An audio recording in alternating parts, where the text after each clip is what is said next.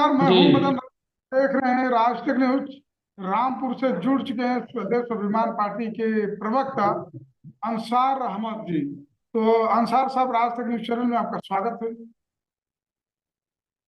बहुत बहुत धन्यवाद मदन जी, आपके चैनल से जुड़ने के लिए, राष्ट्रक के लिए, राष्ट्रक का बहुत बहुत धन्यवाद। और बहुत बहुत शुक्रगुजार हूँ मैं आपके चैनल का कि आपने अपने चैनल पे के माध्यम से मुझे अपनी बात रखने का मौका दे रहे हैं, और बहुत शुक्रगुजार हूँ आपके व्यूवर्स का जो आपके माध्यम से मुझे सुन रहे हैं। अंसार साहब, सवाल हमारा है कि अभी देश में इस समय बाबा साहब अम्बेडकर जी को लेकर पूरी उथल पुथल है। इस पर आपकी प्रतिक्रिया क्या है? देखिए, बाबा साहब को लेकर जिस तरीके की टिप्पणी माननीय अमित शाह जी ने की है, देखिए कि देश के गृह मंत्री हैं, एक संवैधानिक पद पर है ना। इस तरीके की टिप्पणी बाबा साहब के लिए नहीं होना चाहिए। और बाबा साहब कोई ऐसी तो हस्ती है नहीं जिनके बारे में कुछ भी बोला जा सकता हो, जिनका खाली पॉलिटिकल बैकग्राउंड रहा हो। बाबा बाबा साहब भी तो बहुत पढ़े लिखे आदमी थे। और मैं ये समझता हूँ कि उनके ही लिखे हुए संविधान में हम लोग जो है सांस ले रहे हैं। और सांस किस तरह ले रहे थे कि हम लोग को जीने का अधिकार उन्होंने दिया, हमको भारत में रहने का अधिकार उन्होंने दिया, स्वतंत्र रहने का अधिकार उन्होंने हमें दिया। तो अगर हम यहाँ पे स्वतंत्र हैं भारत के अंदर, तो बाबा साहब के संविधान के माध्यम से। देखिए, भाजपा के लोग कह रहे हैं कि अगर जो किसी ने बाबा साहब को सम्मान दिया तो भाजपा जो भारत रत्न देकर, बाकी तो कांग्रेस अपने जमाने में बाबा साहब को भारत रत्न दी ही थी नहीं।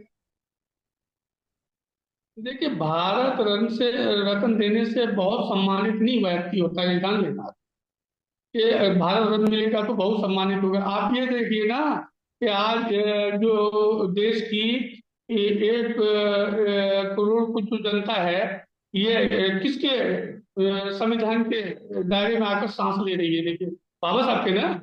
तो बाबा साहब के लिए तो इतनी मन में श्रद्धाएं हैं, इतनी जो है जितना कहा जाए उनके लिए कम है।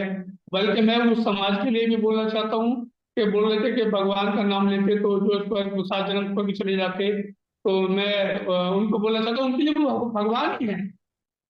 बाबा साहब भगवान ही है। और संविधान के जन्मदाता है तो भगवान हुए ना। तो जैसे कि वो कह रहे हैं लोग कि यानी जब बाबा साहब पहली बार चुनाव लड़े, दो दो बार लड़े, दो दो बार कांग्रेसियों ने हराया था। यहाँ तक कि अपने जो उनकी सरकार थी पहली बार बनी तो उन्होंने इस्तीफा स्वयं कांग्रेस को जैसे दिया था।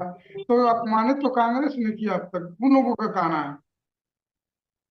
नहीं, वो ठीक है। मैं उन्होंने जो हारे हैं चुनाव, वो तो चुनाव हारना जीतना, देखिए ये तो सब लगा रहता है।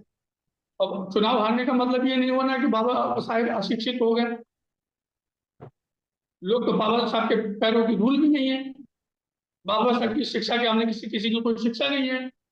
अब बाबा साहब के संविधान के दायरे में ही आज उसी चुनाव को लड़ा जाता है, उसी संविधान के दायरे में।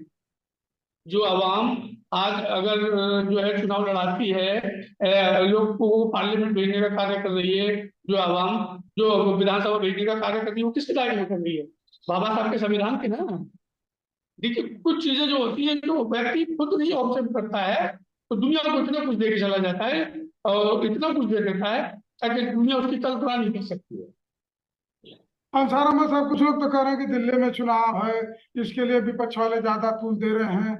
और यहाँ तक कि जबकि कांग्रेस वालों का कहना है कि जो संसद भवन में लड़ाई हुआ सांसदों के बीच, राहुल गांधी साथ धक्का मुक्की किए हैं कि नहीं, तो जांच के विषय, ये सब मामला इधर से उधर किया जा रहा सिर्फ चुनाव को देखते हुए।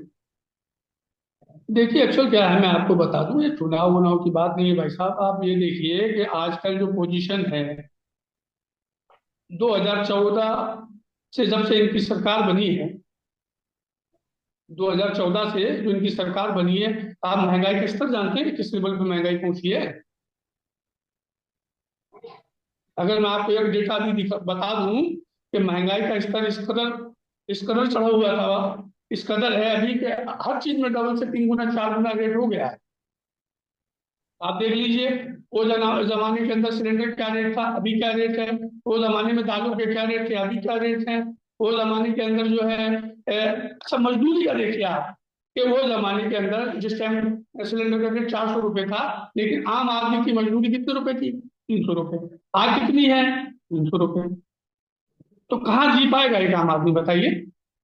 लेकिन भाजपा का तो सत्ता कहना है कि परिवर्तन, सत्ता परिवर्तन तो करना पड़ेगा ना।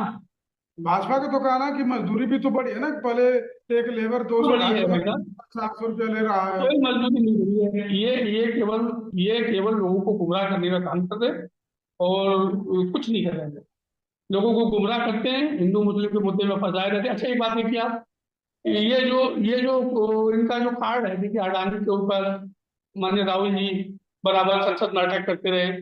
फिर उसके बाद में देखिए जो संसद के अंदर चलता रहा, अमित शाह जी का मामला हुआ, और झूठे एलिगेशन लगाकर अभी अभी झूठे एलिगेशन लगाकर राहुल गांधी के ऊपर जिस तरीके के मुकदमे लगाए जा रहे हैं, देखिए।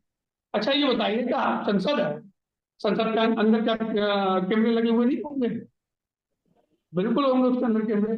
लेकिन क्या है कि संसद भवन की वो वीडियो निकाल कर नहीं लाते जिसमें राहुल गांधी ने कुछ किया है।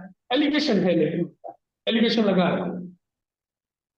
तो आपको नहीं लगता कि अभी जैसे अडानी का नाम लिए आप, अहमद साहब, तो ये तो राहुल गांधी कई बार बोल चुके हैं, लेकिन फिर भी भाजपा चुनाव जीत गई, चाहे हरियाणा हो चाहे महाराष्ट्र में हो।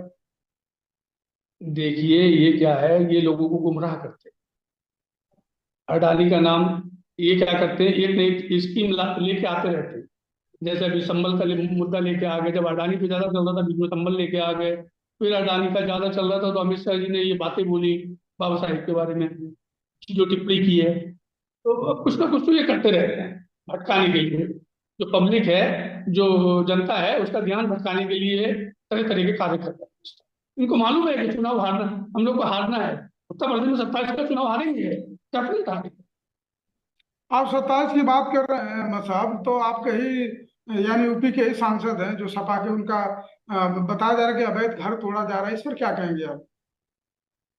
देखिए, जियाउर रहमान हुआ क्या है, संभल के सांसद, डॉक्टर शफीकुर रहमान साहब के पोते हैं ये। इसी बार चुनाव में सांसद हुए हैं।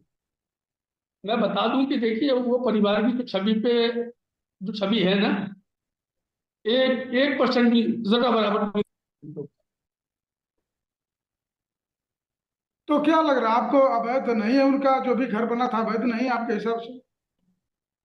देखिए, मैं आपको बता दूं कि भारतीय जनता पार्टी खुदाई तो कराती है, खुदाई और खुदाई दो ही चीज, दो ही तो कार्य है। रोजगार बताइए कितने दिए, नौकरियां बताइए कितनी दी, बेरोजगारी का स्तर बताइए किस कदर जो है बेरोजगारी है यहाँ पे, उस पर बात नहीं करेंगे। रोजगार पे बात नहीं करेंगे, महंगाई पे बात नहीं करेंगे, और जो जातिगत जनगणना है उसकी बात नहीं करेंगे। बात किसकी करेंगे ये? बुलडोजर की। बात किसकी करेंगे? लोगों के घरों को खोदने की, तोड़ने। उसके अलावा तो कोई बात करते नहीं है। तब ये कि बात आती है तो उसके यहाँ बुलडोजर चलवा देते हैं। यही सब ना है। देखिए अंसार साहब, उनके घर पे अवैध लाइट भी जलाई जा रही थी, बिजली बिल का वसूली चल रहा है, करोड़ों की बात है। तो लोग कह रहे हैं कि बरसों से बस जला रहे थे, ऐसा ही बिजली बिल नहीं भर रहे थे। देखिए साहब, सरकार इनकी है, ठीक। सेंट्रल में सरकार इनकी है, प्रदेश में सरकार इनकी है। तो आप ये बताइए, एक सांसद, उसकी इतनी एबिलिटी नहीं होगी कि वो लाइट जो है लेके पैसा दे के जला ले? बताइए। लेकिन ये तो इस अब 30 तरीके साल के, पहले से जल रहा था लाइट, जो अवैध था, यानी पैसा ही नहीं जमा किया, जो बिल है बिल ही नहीं जमा करते थे। अरे साहब, अधिकारी इनके हैं, सत्ता इनकी है, सब कुछ तो इनका है। ये तो जो चाहे एलिगेशन लगा सकते हैं, किसी को झूठे केस में लाके फंसा देते हैं। बहुत सारे लोगों का एग्जाम्पल है, बहुत लोगों को इन लोगों ने जो है बेवजह के एलिगेशन लगाकर उनको, किसी को जेल भेजा, किसी के घर तोड़वाए, ऐसे काम कार्य होते रहे हैं सरकार के अंदर। तो अहमद अंसार साहब, हमारे कहने का मतलब ये है कि अभी जब 2027 आएगा, तो आपको क्या लगता है कि अल्पसंख्यक ज्यादातर किसके तरफ रहेंगे? आपको क्या अनुमान है? बहुजन के तरफ रहेंगे लोग, या कि समाजवादी की तरफ चले जाएंगे? देखिए, इस बार तो मैं समझता हूँ कि सभी का एक विकल्प है। इस बार पीडीए, तो पूरा पीडीए में, पीडीए। जी। बोलिए बोलिए सर। पूरा पीडीए जो है चुनाव लड़ाएगा इस बार, समाजवादी पार्टी को। और लेकिन इंडिया गठबंधन लड़ेगा, और जिस गठबंधन में हमारी स्वाभिमान स्वयं पार्टी भी है। तो स्वदेश और स्वाभिमान जिसको मन रात को देखते हैं बराबर कोशिश कर रहे हैं। देखिए अच्छा, एक बार अभी जो लोकसभा का चुनाव हुआ तो इसमें सबक नहीं मिला इन्हें, सबक सीखे हैं ना। देखिए ओम प्रकाश राजभर जी भी ऐसी बातें बोल रहे थे कि जिन बातों का कोई वजूद ही नहीं है, कि हम ये करेंगे हम वो करेंगे। क्या हुआ, उनके बेटों को महेंद्र राजभर जी ने चुनाव कैंपेनिंग किया, हरवाया, उनका बेटा हारा ना। राजभर समाज कहीं ना कहीं उनसे नाराज हुआ, तब ना उनका बेटा हारा। अंसार साहब, आप कह रहे हैं कि ओम प्रकाश राजभर जी को हराए होंगे महेंद्र, कहीं ना कहीं नाराज होंगे, लेकिन आज तक वो महेंद्र राजभर कोई खुली बैठक नहीं कर पाए, कोई बड़ी मीटिंग नहीं कर पाए जो 1,000 2 4,000 5,000 लोगों को इकट्ठा कर सके। जो भी करते हैं तो बंद कमरे में करते हैं। देखिए महेंद्र राजभर जो है ना, एक बड़े स्वाभिमानी व्यक्ति हैं। उनके बारे में जानना, उनके जो करीब लोग रहते हैं और जो एलिगेशन लगाते थे कि व्यक्तिगत टिप्पणी जो वो ओम प्रकाश राजभर जी के जो लोग करते हैं, व्यक्तिगत जो टिप्पणियां करते हैं, ये ये अच्छे लोगों की पहचान नहीं होती। ये उन लोगों की पहचान नहीं होती जो स्वाभिमानी होते हैं। ये स्वाभिमानी लोगों की पहचान नहीं है कि आपके व्यक्तिगत जीवन पर टिप्पणी करें। और रही बात है महेंद्र राजभर जी की, तो महेंद्र राजभर जी का पूरा संगठन तैयार है। और महेंद्र राजभर जी जो चुनाव लड़ाएंगे, वो चुनाव के अंदर आप देखिएगा महेंद्र राजभर जी कितनी सीटें जिता के लड़े। अरे खुद जहुराबाद नहीं जीत पाएंगे ओम प्रकाश राजभर जी, क्या बात करते हैं।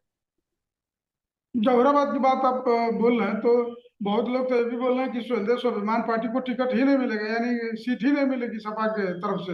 वो शायद वक्त फैसला कर लेगा। एमएलसी बना दिया जाए, बाकी लोगों को बोल दिया जाए कि अब अगला तैयारी चुनाव की करिए। ये बताइए, ये स्वाभिमान स्वयं पार्टी को जो है, अगर टिकट नहीं मिलेगा या मिलेगा तो ये ओम प्रकाश राजभर जी तय करेंगे, क्या अखिलेश जी तय करेंगे?